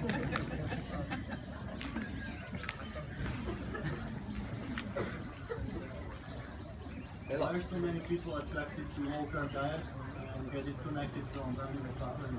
Why are so many people attracted to low-carb diets and get disconnected from animal suffering? Instant results. Instant results, because you... It's weight loss, like yeah, that's right. Once you decrease your carbohydrate intake, you retain less water, so you lose weight. It's like chopping off your arm, you lose weight. They just want that, they want a result within a week. That's what most people want. Yeah. They want to see the results in the scales, and when they see it, they're like, oh, it's working, obviously. And then when they can't maintain, they blame themselves. And because they're low carb, they can't even possibly entertain the notion of caring about animals because they don't even care about themselves. So then, like, try and get them to be ethical people is like impossible. What about people who watch Earthlings and they still choose to eat meat? Well, I did a video on that. Kill them. Kill them, yeah. So they deserve to live. That's a good video. Who saw that video? Whichever one. So I was having a moment that day in my bedroom. I was like, oh, frustrated. Would you still say that right now to the meat eaters don't deserve to live? I mean, it's a philosophical question. It's like, you know, if you're hypothetical. If you've seen like the results, you know, you've watched Earthlings, you know what you're doing, you know what you got a hand in. Do you deserve to live? That's a question. It's not. I'm not saying yes or no. It's like, do you deserve to? Have you earned your place on the planet? You continue to take lives, and you know what you're doing, and you're supporting such like cruelty and horrors. If you're taking up too much space, it's time to check off. Do you deserve it? Are you deserving of it? If you're not living on the vegan edge, you're taking up too much fucking space. And that sort of controversy, a lot of people disagree. Oh, Freelee, you're going to give vegans a bad name, but a lot of people they don't like, get it. you said people deserve to die, and meat eaters deserve to die, and that's Out of context. actually what I didn't say. It's more of a controversial, hypothetical video title to get people thinking, critical thinking, going, hang on, wow, actually I do eat meat, and I'm using all this water, I don't need to eat meat, and it's all cruel and it's fucked, and it's like, why the fuck am I doing it? So some people would have watched Freelee's video and thought, fuck, this crazy bitch is right. Well, most people who watch it are meat eaters, so of course they're going to be like, they just don't understand, and they've still got the meat fog. It's a bit, and those videos, they act as filters. So it's like the analogy I used yesterday after Q&A, where who knows, when you get the people looking for gold nuggets at the end of the stream, who knows that? Like you get the little gold, the little the pan, and you go to the edge of the stream and you're looking for gold. Who knows what I'm talking about? Yeah. So you got what do they call it? Panning for gold. So you got your little pan and you're shaking it up and you're getting full of the dirt and the rocks and the gravel and the crystal and you're looking for sparks of gold, yeah? So those videos that Freelee or myself do or you people do, they're like filtering out the rough and we're looking for those gold nuggets that people are going to go, shit, these motherfucking crazy fuckers are fucking right. I'm going to take some motherfucking action and get it fucking done. And so we're panhandling for gold every day. Creating filters. And I recommend do that in life, creating filters every day. And the stronger your filter, the more gold you'll come across. If you just let your pan just fucking sit there, it'll get filled with dust, cigarette butts, spit, chewing gum. You need to shake that fucking pan every day. Otherwise, at the end of the year, you look at your pan and go, fuck, what's my life become? Daily discipline. It doesn't take much effort to shake your pan.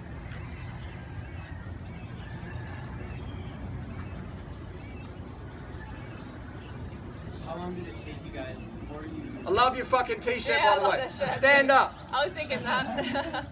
Show the world this. Is that a good shirt? Turn around, show the people behind. It's very straight to the point. Yes. Did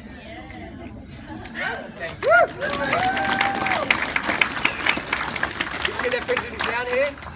Did you get that printed in town? Yeah, I just went and got it done. Osho? For the people filming, it says, if you love animals, why do you eat them? Yeah. You got it from Osho print? Oh, no, I don't know exactly what it's called. It was in the old mall, like the Nice. One Cow mall. Sick, good work. It's just on the main level there, kind of you go back. That's rad, man. That's rad. Nice and bright. It's an airport shirt. That's an I airport like your shirt. idea when you were saying it the other day about having a bright yellow shirt and it kind of, puts it out there. So, just want to know how long before you guys got your first idea to make your first YouTube video? How long did it actually take you before you made that video? For me, Freelee was telling me to get on YouTube. My friend Kelly was telling me to get on YouTube, but I was a bit technologically dyslexic. And even though they say, get on there, I'm like, oh, I don't know really how. Well, I knew how. I showed you. Yeah. I was already on it, like 9 months before you. So you just didn't think it was worthwhile. At the That too time. as well. You were just like, nah. Back then, I needed someone to hold my hand and just show me how to upload. Well, it wasn't very big at that stage. Yeah. You know what I mean? It was very small. Mine was like when I was traveling across Australia, doing my bike trip. So I was documenting, most days on there, but I deleted a lot of those videos. So I would say 3 people helped me get on YouTube. My friend Kelly for showing me what YouTube was. Freelee for saying, I think you could contribute good on YouTube. You should do it. Third would be Matt Monarch using 10 plastic bags to carry one durian a meter.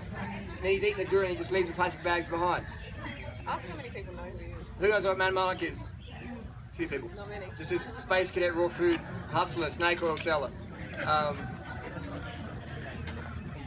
So the first video. Yeah, like how long did it take you before you kind of had that idea? So like when Freelee was kind of planting that in your head, like you should do it, and you're saying you're technically kind of not sure about it. How long before you had that idea did you make that first video? Because like I'm kind of at that point where I'm like really wanting to. You guys are really motivating me and inspiring me to do it, but I'm kind of like nervous at the same time and don't really. I think it's about a year before Freelee said you could do YouTube, you should get on it. It's about a year before I took action on it. It was a long time. Yeah. It was a long time. You just didn't see the point. I think because YouTube was so small and not many people watching it at that point. But you just have to focus on that message you have there and not on your own nerves and ego and stuff like that. Just get the message out. Realize that animals are dying like thousands every second. So there's no time for your own feelings. You know what I mean?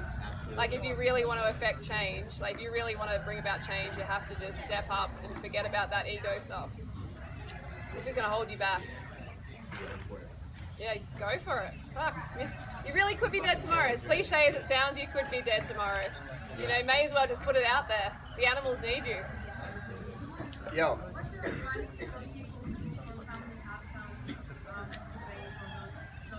Hey, wait, guys. So, speak up again. I can hear that.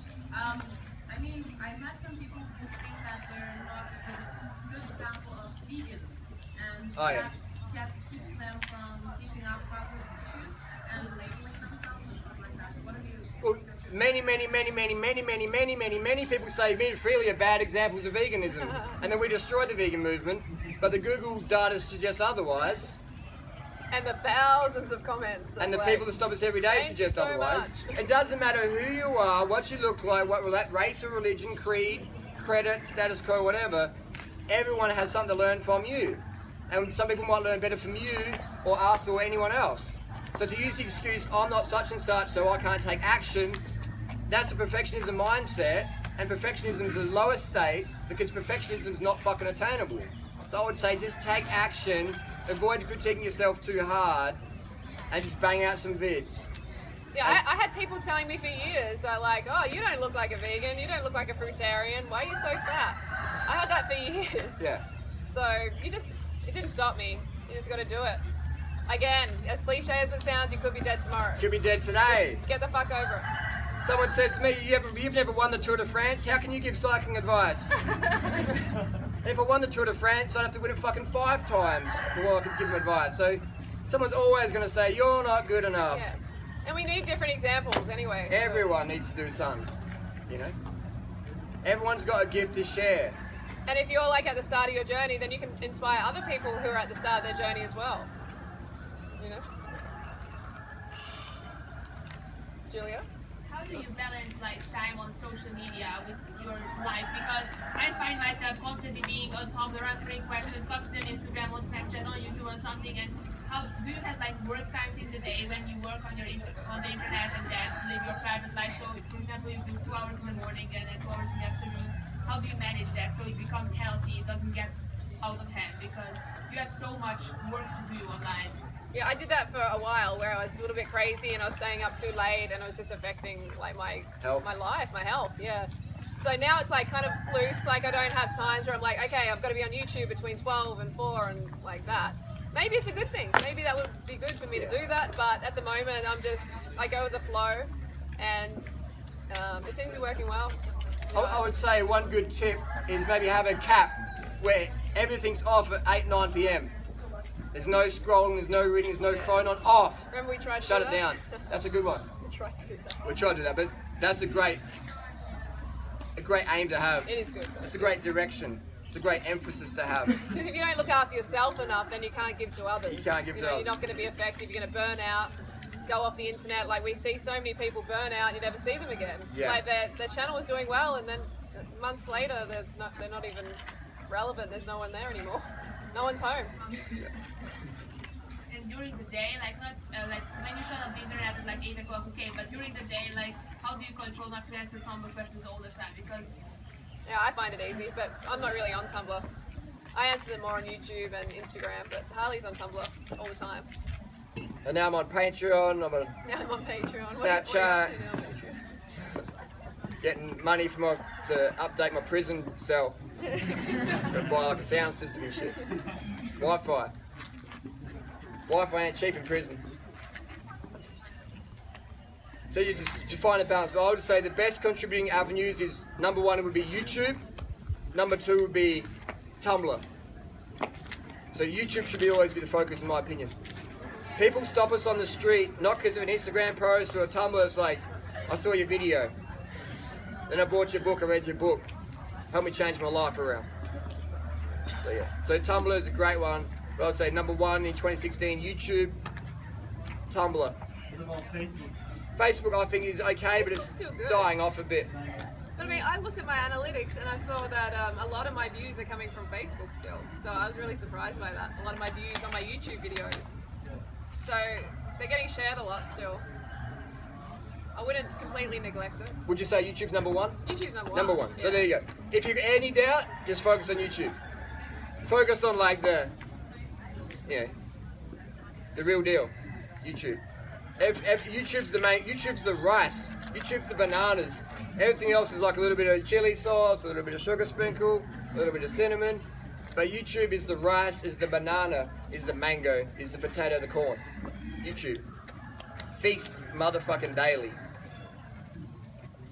Do you have any advice on like the thing I hate the most about making videos and stuff and doing social media in general is that I find that it kind of takes you out of the present moment. Like, do you have any advice on like how to stay present? Stay present. If I'm editing a video, I'm staying present there. I hear what you mean, and I've ridden across the deserts in Australia thinking about that stuff with no audio books, nothing, just me, my mind, myself and I. And being present. So I can be present anytime now. I love making videos and stuff. It's just the only thing. It's just when you're behind the camera, I feel like sometimes it's just so nice to just sit back and like enjoy. But then Well, you can have hours like that. You just make a 2-minute video. Then you can. Well, when I make a video, normally most of my videos is one take. No jump cuts, 99% of the time. So I'm present, I'm thinking in the present. So I'm in the present when I'm making my video. You only really have to dedicate a couple of minutes a day. So, and like the payoff is so much bigger than, the reward and potential of one person turning to veganism and saving thousands of animals' lives. You got to put into perspective. You know what I mean? I had a flight booked for Australia in a couple of days, but I'm going to stay here longer. I might go back for a couple of days, I'm not sure yet, but I'm going to stay longer just because the Wi-Fi speed's better here than I get in Australia. Yeah. So I can do more work.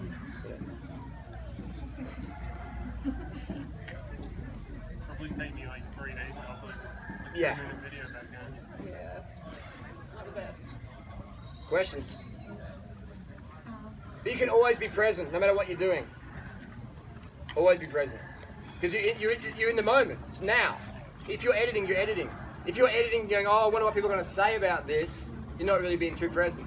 Yeah, you're thinking about the future. If you do like a bunch of Snapchats when you're out with your friends and stuff like that, you know what I mean? What you're doing is you're pulling it out, you're sharing, and put it back in the pocket. You have to put the purpose above your that's true. Stuff. You know what I mean? Like the planet is in a state where it needs your help. Because what if we all just sort of sat there in the Gotta get out of forest, your head. namaste, lotus, we wouldn't really get much done. How did you support yourself financially when you started YouTube channel? How do you support yourself financially? For me, I was on welfare and I would upload my videos from the local library. I was living on the street, I was homeless, I preferred to have money for fruit than for rent.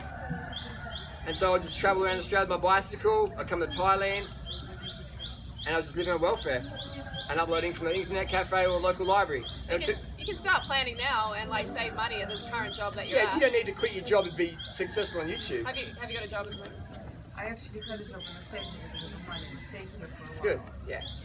Just like I would need to go back. because you're not going to need a lot of money like to stay in Thailand. No.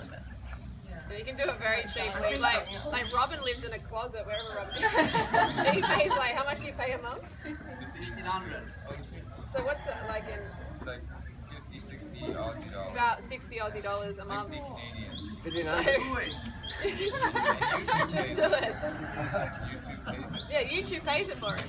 What's better So than that? get on YouTube. Yeah. Pay Have your you got a rent. channel?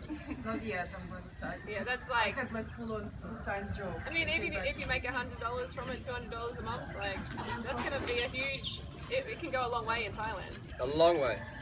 There's heaps of rentals for 1,000 to 1,500 baht a month. Heaps. Heaps.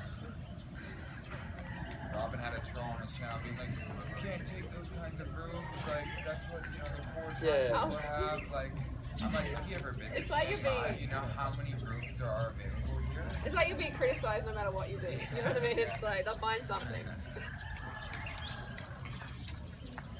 the best way to go about finding like rooms to rent like that? Here? Finding what? Finding rooms to rent. Here. Just ride your bike around and look for a place that looks cheap and go and talk to people. Is that what Keep you doing guys that. do?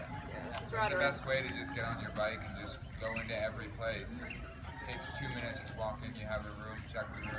And there's literally like hundreds of places. Yeah, there's apartment complexes like every 20 meters. so It's insane. Yeah. There's Airbnb, but it's a bit more expensive.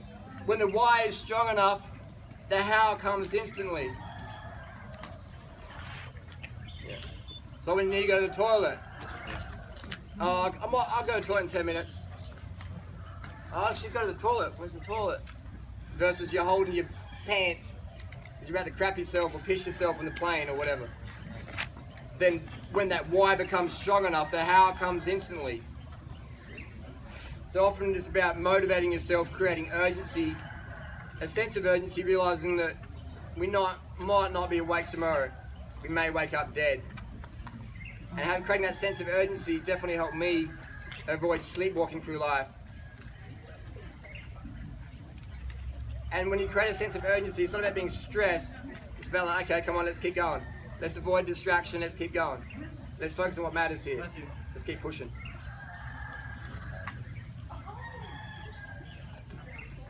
Big. I'd strongly, sincerely suggest create a sense of urgency in your life.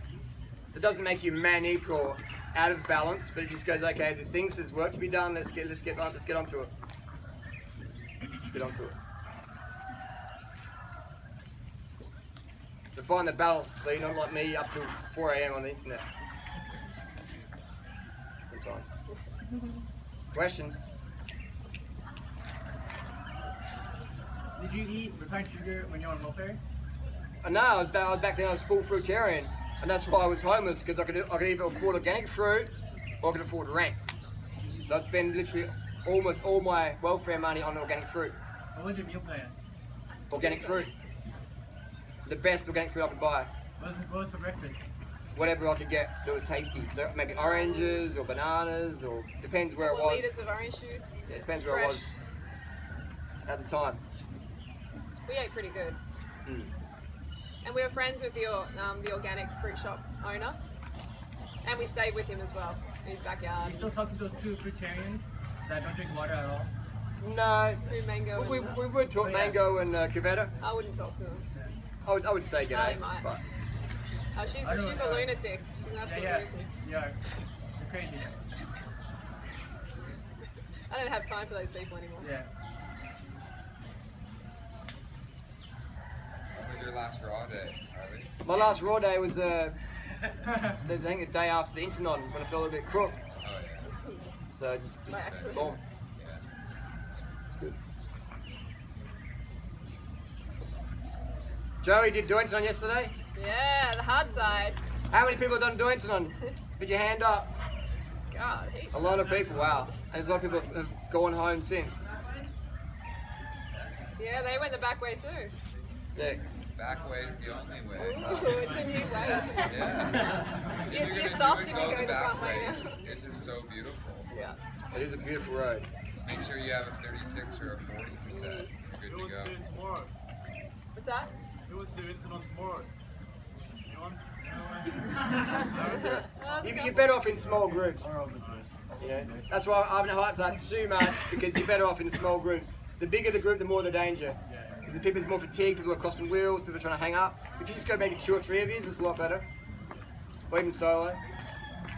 So don't wait for someone to go with it Internon. It's like life. If you wait for a mate to go to Internon with you, then you'll be waiting too long. You might miss out. So just charge forward, make it happen. And you might meet someone along the way, or you may not. It's a journey that matters.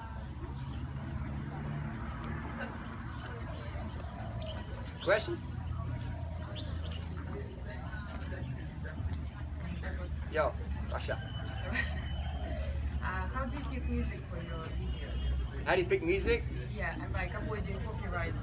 No copyright. So you can have, I'm pretty sure it's under 30 seconds, but I usually have under like 25 seconds of like a popular song, copyrighted song. Any song. And that's okay. Yeah, you're allowed to have that.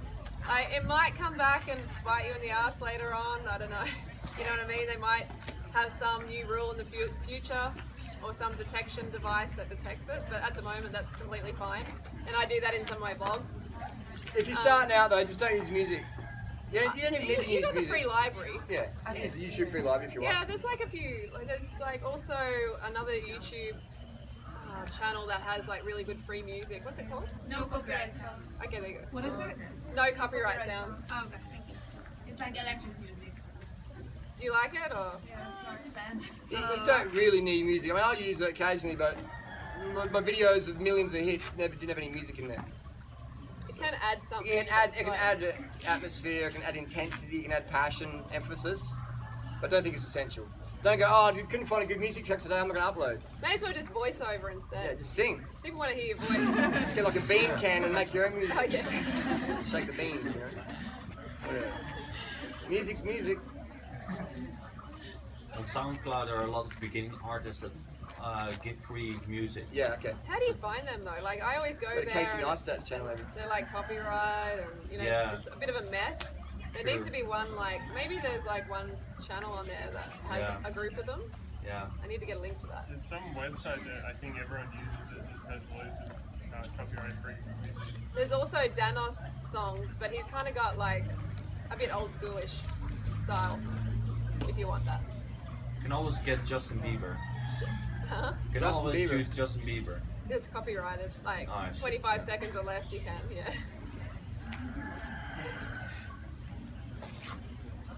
You got any tips for chewing asthma? Do you not? During asthma, you yourself or someone else? Me, yeah. Well, I'd say maybe do like just. Has it improved? It's definitely improved, but I tried to come off my meds whilst I was here and it was quite bad. Well, it depends on the spell and what someone's eating. I'd reckon maybe do a fruitarian for a week just to sort of clean out a bit. Because if you're eating oil, I notice if I'm eating oil, like, it can be a little bit like your blood can coagulate and a bit harder to breathe. So I would say just do fruit for breakfast, lunch, and dinner for a week. And if you're struggling to get enough calories, maybe just have some steamed rice and sugar, no oil, and you'll find your breathing will definitely get better. And just use your what meds are you taking? What asthma meds? So I tried 125. Yeah, okay, so just have that as maybe a backup versus a necessity. And also learn how to relax when you're going hard, you know. Often, if I don't relax my brain, breathing's a lot harder. I have to consciously relax my diaphragm to get the oxygen in, because when your heart rate's all up and your power's up and you're just like breathing like a goldfish, you've got to stay relaxed. Otherwise, you're going to hyperventilate and feel like you have an asthma attack. Yeah, on the meds I'm absolutely fine, but I don't really want to be on the meds much. Well, the meds can also be psychological. Like you take them and go, well, now I can breathe easier. So there's also the physiological effect they have. But there's also a placebo effect, which is pretty powerful as well. Because how you breathe is largely based on your diet, but also largely on your mind state. So if you're like, can't breathe, like when I had that crash last year, I felt like I was going to die because I couldn't breathe. So I had to just relax. I'm like, I can't die, I've got YouTube videos to make. Literally, I said that, I was like, I've got work to do, man. I can't die. And so I just used that to keep me breathing. I was just going breath by breath. I was riding my bike, I was just trying to swim myself out of it. And then I went to this place, I got some hardcore painkillers, and I was alright. But yeah, the breath is largely controlled by the mind. So learn how to relax, stay chill. And use your meds if you need to, but you'll find if you make your diet a bit cleaner, make your mind more relaxed, you'll eventually get off your meds 100%. Just play with it. Play with it. If you've got any spare asthma medication, you can hook me up. I've got asthma, doc.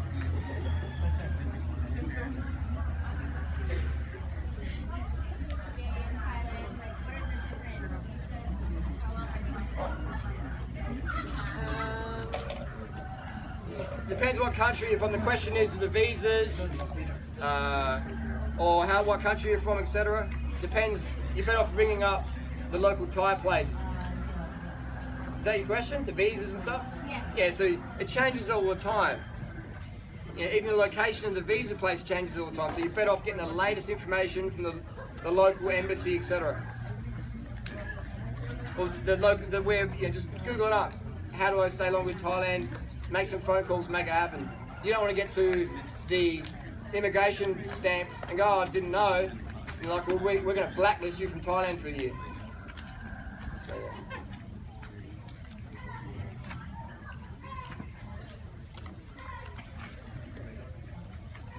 Any more? Advice for being camera shy? Force being camera shy. Get over yourself. Get the fuck over yourself and just do it. The more videos you do, you'll get used to it. You got to focus on what matters, and that's not your ego. You know what I mean? That's what it's about. The shyness is just your ego, like thinking, oh, I'm going to be judged. And I had it at first too, but once you get over it, like you've just got to realize the urgency of the message. It's really urgent. We need this message out there. We don't have time for your shyness. We don't have time for your insecurities. You know, the animals don't have time. Thousands are killed every second. Is that good motivation? When you focus on your purpose, you get over yourself pretty quick. And you also got to remember that you're critiquing yourself way harder than like anybody else is going to critique you. You know what I mean? People just want to hear what you got to say. They don't want to hear you all shy and stuff. They just want to hear what you got to say and be motivated and inspired. Have you ever seen his channel? No. What is it? Sugarcane Puppy. Sugarcane Puppy? Yeah. That's cute. P-A-P-I, Puppy. Oh, Puppy, yeah. Sugarcane Puppy. Check out his channel, Sugarcane Puppy. P-A-P-I. Puppy. Puppy. Not puppy. Any more questions? Yeah. How many videos have you got? 10-ish, 15. Yeah, you're already good. It's not really being shy, it's just like keeping my train of thought like a single take. Like being able to like stay chill, like maybe, fully yeah. express a thought versus like what I've been doing is just like vlogging, just straight tears from flow. Versus like Yes, I have lots of ideas, but to fully express that. Stop caring what people think. Yeah. Because that's where it originates. You're worried about people judging you and everything. They're always going to judge you. But remember, you're critiquing yourself harder than anyone else is going to. And the message is bigger than all of that.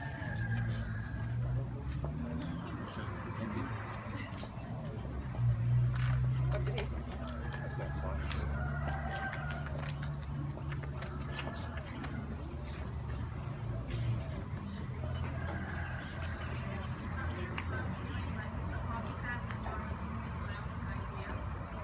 How do you stop feeling like a copycat when you're using someone else's ideas? Well, you're wearing a bicycle helmet. Yeah. You copied someone else.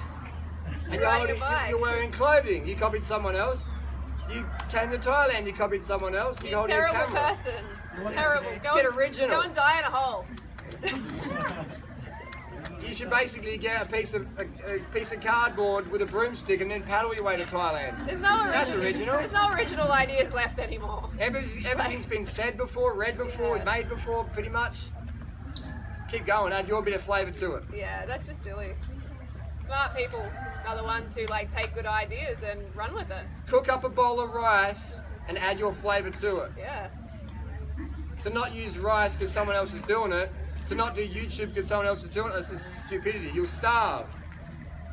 You'll starve your audience, you'll starve your effort of contribution by going, oh, I'm a copycat.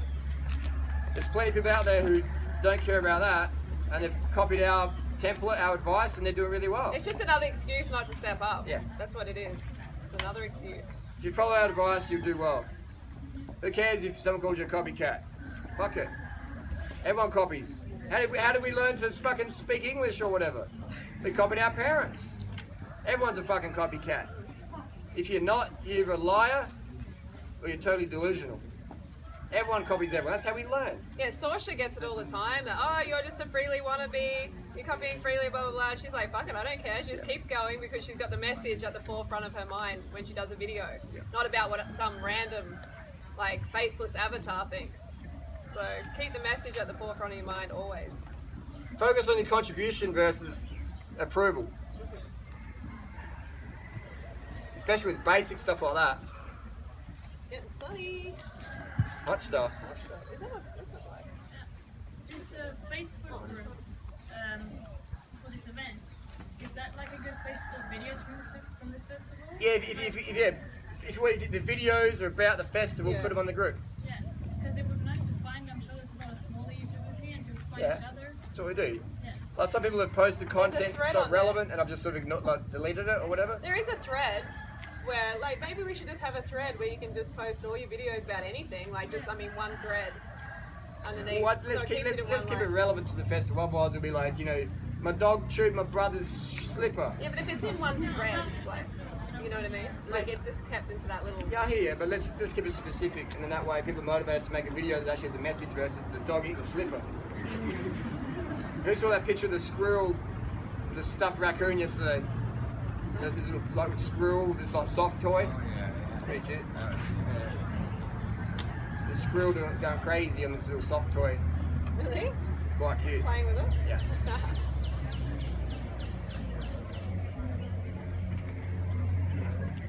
Yo. You think you'll do any more TV interviews? Anytime, man. But YouTube's a new TV. I've done like 4 hours of, no, I've done more than that. Interviews of this last couple of days.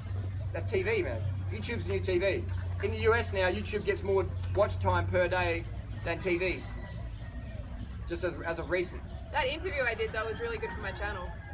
That mainstream interview, it's had over 1 million views now. Give social proof. That was good. Yeah, that morning, Freelee rode to the appointment. I said, you've got to like go in there swinging. They're going to try and steamroll us. So Freelee went there swinging. I was planning on doing that, yeah. for sure. I Because I knew what they were going to do. She's going to do it. I'm like, just hit him from the get-go. She's like, okay, no. Well, I hit him.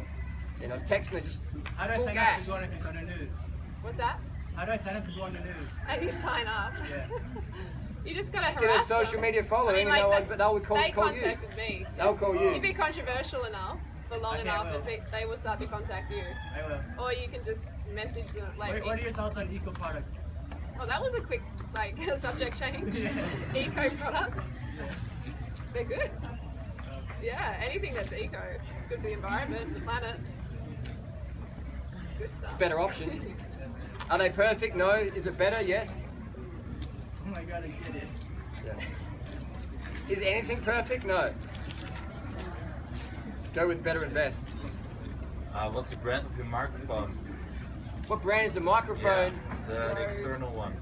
I'm using a Rode Smart Lab, which has sort of died today for some reason. You get them on eBay and Yeah. like, Any lapel could be pretty good.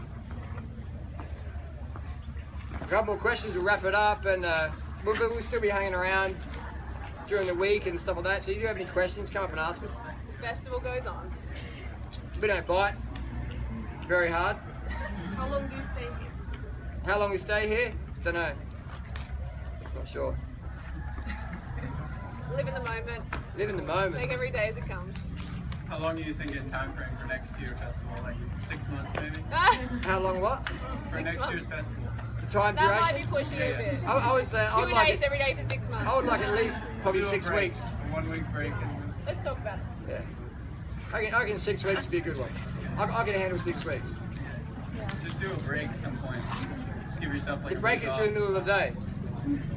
Well, most of the questions are for Harley. And anyway, here's the so thing, most of you can do it. the energy I expended this year outside the festival was just the drama. So I don't think you can get much more drama than what Next happened. year there'll be another drama. But I'll have more skills to deal with that. If you took a week off, Joey could cover the Q&A. Yeah, so Yeah. we could have stand-ins. Yeah, there we go. Guest That would be appearance. good. Yeah, Guest appearance is a good idea. definitely. Like last year we had like little workshops, didn't we? Like you did like a YouTube one. Yeah. We could do that again. Oh yeah. All right. Thanks for all coming. Yeah, thanks for coming everyone. And the festival never ends.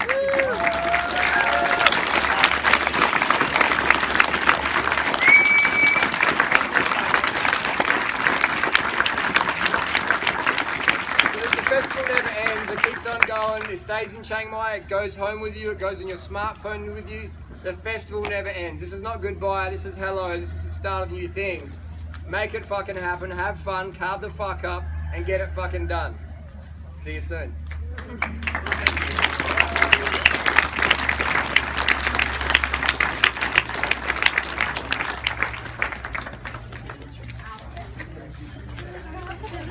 Yes.